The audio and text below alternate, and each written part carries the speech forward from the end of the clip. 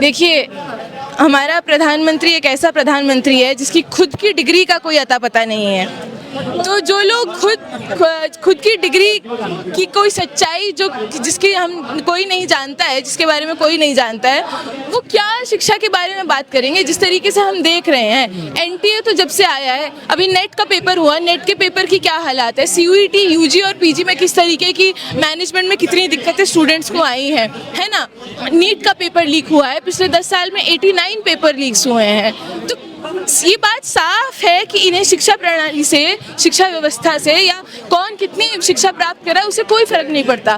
पिछले 10 सालों में 90,000 गवर्नमेंट स्कूल्स को बंद किया गया है। तो जो प्राथमिक शिक्षा लेने वाले बच्चे हैं वो कहाँ जाएंगे?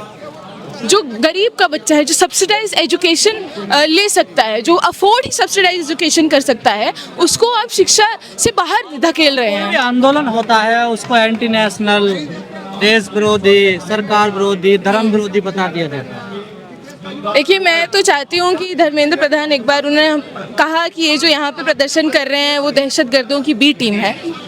दहशतगर्द, आप जरा आसपास देखिए कि ये कौन लोग बैठे हैं जिन्हें आप दहशतगर्द कह रहे हैं। ये लोग कौन है? क्या इनके हाथ में कॉपी किताब है, गिटार डफली है ना, कलम है, पोस्टर है अंबेडकर के, भगत सिंह के, तमाम स्वतंत्रता सेनानियों के, हमारे देश के।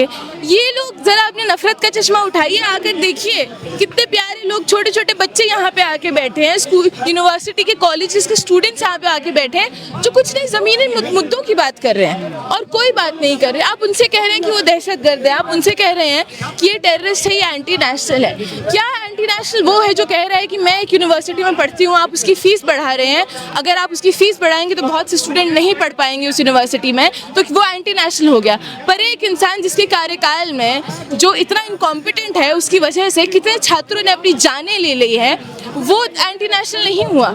नीट का पेपर कौन दे रहे हैं? जो नीट का पेपर देके क्वालिफाई होगा वो डॉक्टर बनेगा इस देश का। आप क्या कर रहे हैं? जो हमारे देश के फ्यूचर डॉक्टर्स होने वाले हैं, आप उनकी जानें ले रहे हैं और आप कह रहे हैं कि हम एंटी नेशनल है। जब से एनटीए बना है, एक भी ऐसा एग्जाम नहीं है जो सही से उसने कराया है, एक भी ऐसा एग्जाम नहीं है। तो ऐसे टेस्टिंग एजेंसी का फायदा ही क्या है जो अपना एक भी काम सही से नहीं कर पा रही है। उसके बाद हम चाहते हैं कि जो सेंट्रलाइज्ड एग्जाम्स हो रहे हैं, सीयूईटी जैसे एग्जाम्स है, उनको डिसेंट्रलाइज किया जाए। मैं दिल्ली यूनिवर्सिटी से मैंने अपना बीए किया है, मेरा एडमिशन सीयूईटी से पहले हुआ था।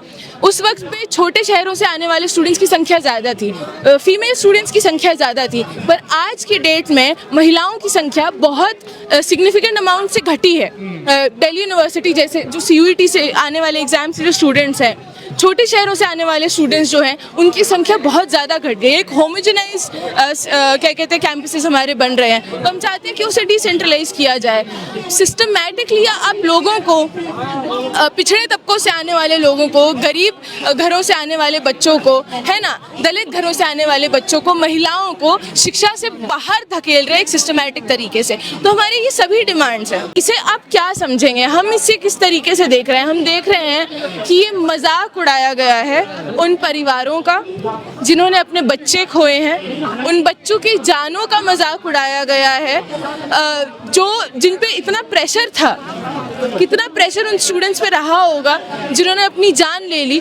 मैं तो यहाँ तक कहूँगी कि उनका इंस्टीट्यूशनल मर्डर किया गया। इंस्टीट्यूशनल मर्डर, 20 से ज़्यादा स्टूडेंट्स का इंस्टीट्यूशनल मर्डर करने के बाद आपको इतनी शर्म तक नहीं है कि आप उनके परिवारों से मिलें, या फिर आप किसी भी आप अकाउंटेबिलिटी ले, जवाब दे ही दें। पर आप सेलिब्रेट कर रहे हैं उस इंसान को जिसकी वजह से, जिसके कार्यकाल में ये सारी मौतें हुई हैं। तो ये जिसको बोलते हैं कि बेशर्मी दिखाती है। आपको लगता है सरकार को शिक्षा से कोई लेना देना है जो मौजूदा गवर्नमेंट है भारत की? बगैर शिक्षा के किसी देश की कल्पना की जा सकती है?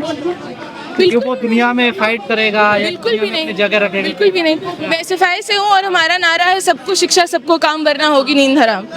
सभी को काम। हम समझते हैं, हम कहते हैं कि लड़ो पढ़ाई करने को, पढ़ो समाज बदलने को। इस समाज को पढ़ाई के जरिए ही बदला जा सकता है। चाहे किसी भी तरीके की कुरीतियाँ हैं हमारे समाज में, चाहे वो पितृसत्ता है या फिर क्या कहते हैं कास्टिज्म है, जातिवाद है, सामंतवाद हमारे रैम्पेंट था हमारे सोसाइटी में, इन सभी चीज़ों को बदला गया है शिक्षा के थ्रू। अगर शिक्षा इतनी जरूरी है तो फिर सरकार मस्जिद मंदिर पे क्यों ध्यान देती है? जब सारी समस्याओं का हल शिक्षा से हो सके तो सरकार को ये चीजें समझ में नहीं आती। देखिए, ये एक बहुत प्लान प्लान्ड स्ट्रेटेजिक जनता को गुमराह- तरीका है। ये सिर्फ गुमराह करने की बात नहीं है। सरकार चाहती है कि लोगों की सोचने और समझने की क्षमता जो है वो खत्म हो जाए, ताकि कहते हैं ना अनपेड लेबर या फिर अनऑर्गेनाइज लेबर उन्हें मिलता रहे। सोचने समझने वाले लोग बचे ही नहीं, ताकि ये कुछ भी करते रहें। ये अपने आका, जिनका अडानी अंबानी इनके जो आका हैं, उनकी जेबों में पैसा जाता जाए, हर चीज़ को ये प्राइवेटाइज करते जाएं। कृषि को ये प्राइवेटाइज करें, रेलवे को ये प्राइवेटाइज करें, और क्या कहते हैं शिक्षा को ये प्राइवेटाइज करते जाएं, और कोई एक सवाल ना उठाए कि आप हमसे हमारे हित छीन रहे हो, आप हमसे हमारे अधिकार छीन रहे हो। तो ये एक सिस्टमैटिक तरीका है ये सब चीज़ें करने का। जिस तरीके से इस आंदोलन की मांग है कि धर्मेंद्र प्रधान का इस्तीफा हो, क्या उससे सारी समस्याओं का हल हो सकता है? जी बिल्कुल नहीं। ये तो हम भी समझते हैं कि धर्मेंद्र प्रधान को हटा देंगे तो जो हमारी सरकार है वो किस तरीके की सरकार है, वो दूसरा धर्मेंद्र प्रधान बिठा देंगे, है ना। तो हमारी एक लिस्ट ऑफ डिमांड्स है। हम SFI यहाँ पे हमारा चार्टर ऑफ डिमांड्स भी देख सकते हैं। हम चाहते हैं कि NTA उसे रद्द किया जाए। हम स्टूडेंट हैं, अगर स्टूडेंट को पढ़ने नहीं दिया जाएगा तो वो क्या करेगा। हम आज भी हम देखते हैं, आप कह रहे थे कि ये वीडियो वायरल हो रहा है, वो वायरल हो रहा है। उस वीडियो में कई से लोग कमेंट करते हैं कि अरे जाके पढ़ाई करो, ये सब करने से कुछ नहीं होगा, जाके पढ़ो। अरे पढ़ना ही तो चाह रहे हैं, पढ़ ही तो रहे हैं। नीट के जिन बच्चों ने अपनी जान ली, क्या वो पढ़ नहीं रहे थे? क्या वो पढ़ाई नहीं कर रहे थे? फिर ऐसा क्या हुआ कि उन्हें अपनी जान लेनी पड़ी? यहाँ पे कितने नीट एस्पिरेंट्स आए, कितने री-नीट के स्टूडेंट्स यहाँ पे आए हैं, हम खुद उनसे मिले हैं। क्या वो पढ़ाई नहीं कर रहे थे? उनसे ज़्यादा पढ़ाई क्या कोई कर रहा था? अब उन्हें पढ़ाई करने नहीं दी जा रही है। सिस्टम ऐसा बनाया जा रहा है। इसके पीछे कौन है? कई लोगों के सर भी टूटे हैं यहाँ पर, रात को भी कई बार हमले हुए, खुद अभिजीत ने भी कहा है इस बात को। तो ये इसके पीछे कौन है हमले के पीछे? देखिए, कोई दूसरा ग्रुप खड़ा हो गया आपके विरोध में? एक ग्रुप तो है ही जो उठती हुई आवाज़ों के विरोध में हमेशा से खड़ा है, वो हम सब जानते ही हैं।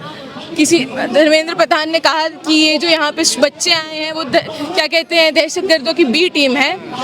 हमें समझना होगा कि दहशतगर्दों की A टीम भी है, और वो A टीम यहाँ पे लगातार ऐसे एलिमेंट्स, ऐसे लंपट एलिमेंट्स भेजती रहती है जो या तो लोगों पे हमला करते हैं या फिर मीडिया के रूप में उन्हें भेजा जाता है, जो यहाँ पे लोगों को उकसाने का काम करते हैं, लड़ाई झगड़े का काम करते हैं। तो ये एक डिसरप्शन का काम है उनका, उन्हें यही सिखाया गया है, उन्हें यही बताया गया है। पर एक बात क्लियर है कि यहाँ पे भी स्टूडेंट जो आए हैं वो समझ रहे हैं कि इस तरीके से उकसाने का काम भी किया जाएगा, इंस्टिगेट भी किया जाएगा, पर हमें जो है अपने मुद्दों पे अड़े रहना है, अपनी बात पे अड़े रहना है। ऐसी भी खबरें आ रही हैं कि सरकार के मंत्रिमंडल का विस्तार होगा तो शायद उनको कल को हटा दिया जाए। तो क्या कल के बाद ये आपका आंदोलन खत्म हो जाएगा अगर धर्मेंद्र प्रधान को हटा दिया जाता है? देखिए, हम मांग रहे हैं इस्तीफा, हम मांग रहे हैं अकाउंटेबिलिटी। सिर्फ उनके इस्तीफे, मान लीजिए वो इस्तीफा भी दे देते हैं तो सिर्फ उनके इस्तीफे से कुछ नहीं होने वाला है। परिवारों ने अपने बच्चे खोए हैं जो कल को जाके डॉक्टर, इंजीनियर और काम करते, उन्होंने अपने बच्चे खोए हैं जाके कमाते, उन्हें मुआवजा भी मिलना चाहिए। और धर्मेंद्र प्रधान के खिलाफ जो है अटेम्प्ट टू मर्डर भी लगना चाहिए, मर्डर का चार्जेस भी उन पे लगने चाहिए, इन सभी बच्चों के इंस्टीट्यूशनल मर्डर्स के लिए। तो ये तमाम डिमांड्स हैं हमारी। ये सिर्फ उनके इस्तीफे से कुछ नहीं होगा, सिर्फ उनके इस्तीफे से कुछ नहीं होने वाला। हम जवाबदेही मांग रहे हैं, हम अकाउंटेबिलिटी मांग रहे हैं कि आप बताइए, ये तो आपको पता है ना कि कहाँ से लीक हुआ, किधर से हुआ, आप इन्वेस्टिगेशन कीजिए, आप पता कीजिए, और आपके अंडर में ये सब हुआ है, आप तो इस्तीफा दीजिए, पर एक जवाबदेही दीजिए, अकाउंटेबिलिटी दीजिए। कार्रवाई हुई है उससे आप सहमत नहीं है? नहीं, जो गिरफ्तारी वगैरह हुई है एक दो, देखिए गिरफ्तारी कार्यवाही अभी तक क्या हुआ है, मेजर काम क्या किया है सरकार ने इस पेपर लीक को लेकर, वो है टेलीग्राम को कुछ री-नीट से पहले टेलीग्राम को कुछ दिनों के लिए बैन किया था। तो हम समझ रहे हैं कि ये तो कोई अकाउंटेबिलिटी वाली बात है नहीं। हम समझ रहे हैं कि उनकी जो समझ है इस मुद्दे को लेकर, इस इशू को लेकर, वो सही नहीं है। टेलीग्राम को बैन करने से क्या होगा, बल्कि बहुत सारे स्टूडेंट्स तो बहुत परेशान हुए जो ऑनलाइन कोचिंग स्टूडेंट्स लेते थे, जो पेड कोचिंग ले रहे थे, उनकी बहुत सी क्लासेस टेलीग्राम पे आया करती थी। नीट के कितने स्टूडेंट्स को दिक्कतें हुई है उसकी वजह से। तो आप उसको बैन करने से क्या होगा, जो लीक तो अंदर से हो रहा है ना उसे। ये जो आज जो भीड़ आई है, क्या इसे देखकर सरकार को चिंता करनी चाहिए? मुझे ऐसा लग रहा है कि उन्हें चिंता हो रही है। पहले 2-3 दिन किसी भी तरीके का जो है जवाब या फिर इस पे किसी भी तरीके का कमेंट जो है सरकार नहीं कर रही थी, पर धर्मेंद्र प्रधान का ये कमेंट करना, उनकी ये टिप्पणी करना कि ये जो यहाँ लोग बैठे हैं वो दहशतगर्दों की B टीम है, ये हमारे लिए तो कहीं ना कहीं एक विक्ट्री है। हम तो समझते हैं कि हमारी आवाज़ उनके कानों तक बहुत साफ साफ जा रही है और उनका मन विचलित ज़रूर हो रहा है, वो परेशान ज़रूर हो रहे हैं। कई लोगों का यह मानना है कि सीजेपी की जो रणनीति है उसमें कहीं ना कहीं दिक्कत है, खासकर जो आप जैसे संगठन या तमाम स्टूडेंट संगठन है, एसएफआई हो गया, ऐसा हो गया, केवाईसी हो गया, इनके और सीजेपी के विचारों में कुछ टकराव सा भी नजर आ रहा है। जैसे आपने कहा हमारी मांग है तो और भी ज्यादा है, लेकिन अभिजीत कहते हैं कि बस हमें इस्तीफा चाहिए। देखिए, टकराव नहीं है।